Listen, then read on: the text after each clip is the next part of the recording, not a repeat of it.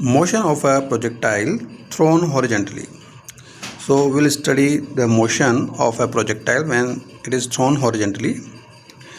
Let us consider an object thrown horizontally with a velocity u from a point A, which is at a height h of horizontal plane OX as shown in the figure 2.21.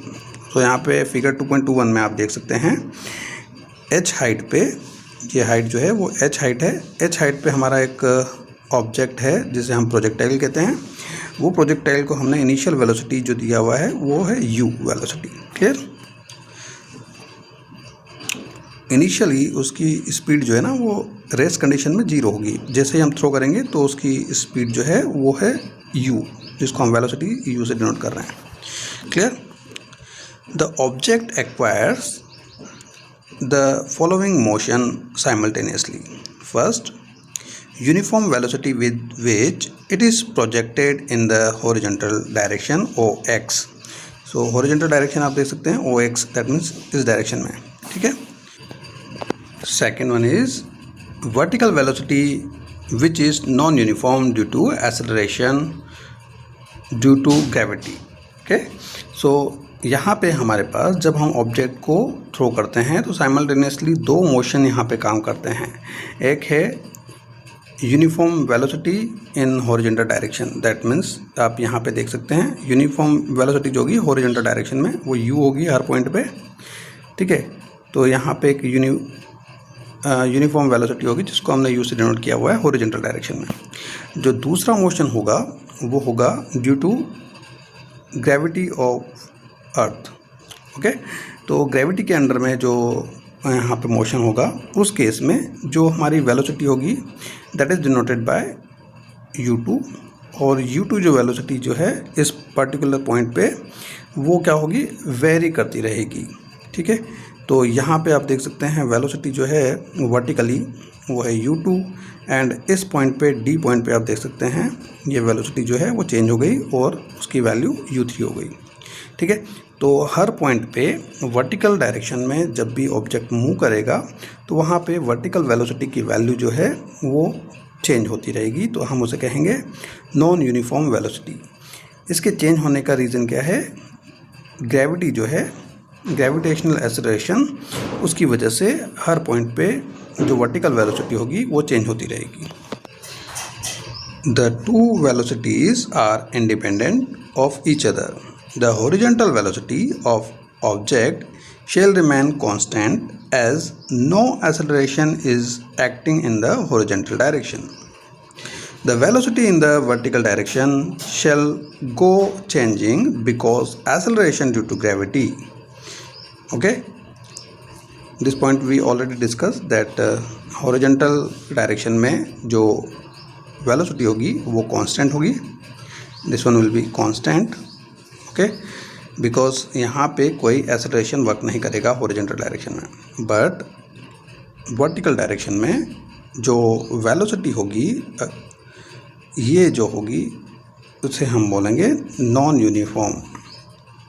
ठीक है, non uniform velocity. Non uniform velocity that means इस velocity की value हर point पे different होगी, और इसका change होने का रीज़न ये है कि ये जो मोशन होगा वर्टिकल मोशन वो ग्रेविटी के अंडर में होगा। ठीक है, तो इस वजह से जो वेलोसिटी की वैल्यू होगी वर्टिकल वेलोसिटी की वो चेंज होती रहेगी, और ये दोनों वर्टिकल एंड हॉरिजॉन्टल जो वेलोसिटीज़ हैं वो एक दूसरे से इंडिपेंडेंट होती हैं। ठीक है, दैट मीन्स एक दूसरे के ऊपर डिपेंड नहीं होती हैं। Path of projectile. Now will discuss that path of projectile. Okay, let the time taken by the object to reach the point C from A is equals to t. Vertical distance traveled by the object in time t is equals to s, or we are denoting it by y. Okay, from the equation of motion s equals to ut plus half at square. Okay, in this equation if the initial velocity is u1 and we know that u1 is equals to 0. Okay, so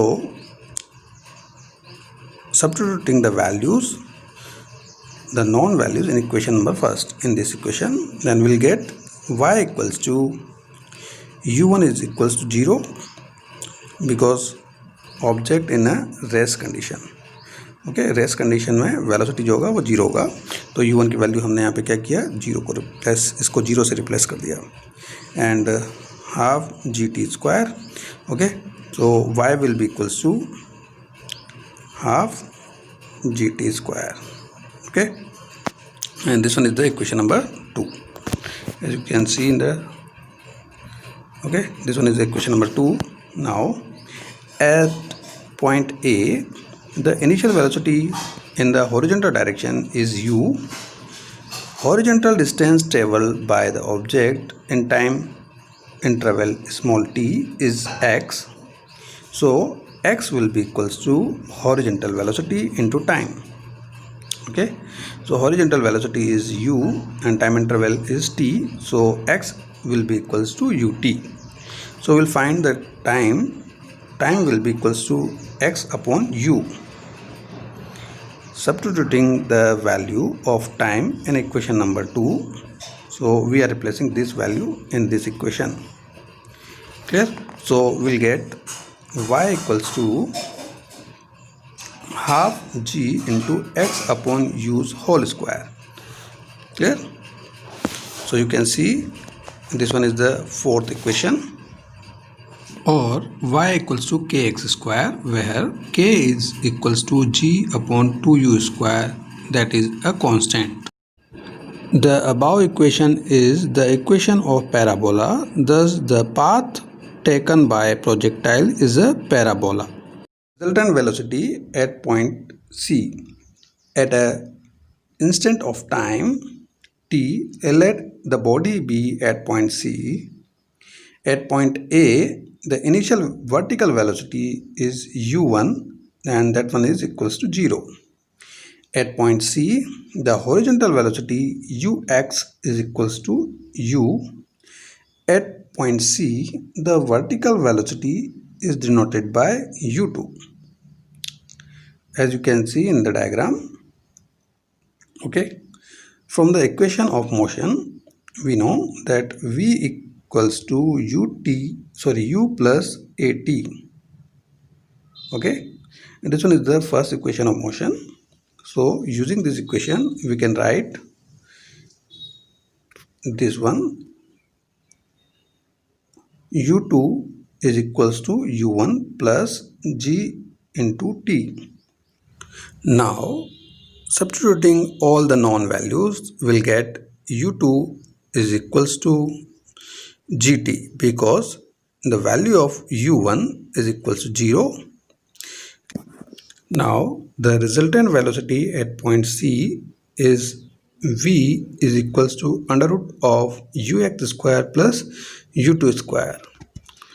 Ux is equals to u and u2 is equals to gt.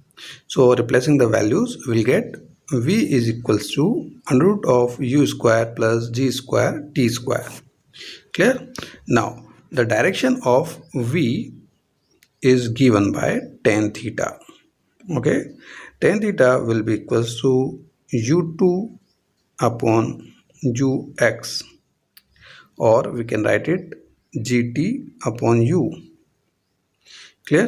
So the direction, we can get the direction of v by finding the tan theta. Tan theta will be equals to gt upon u, where theta is the angle made by v with x-axis. Time of flight and range. Now we'll calculate the time of flight and range of the projectile.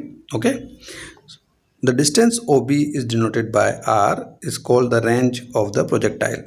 A range is equals to horizontal velocity into time taken to reach the ground. So a range will be equals to u into tf. Tf is the time of flight.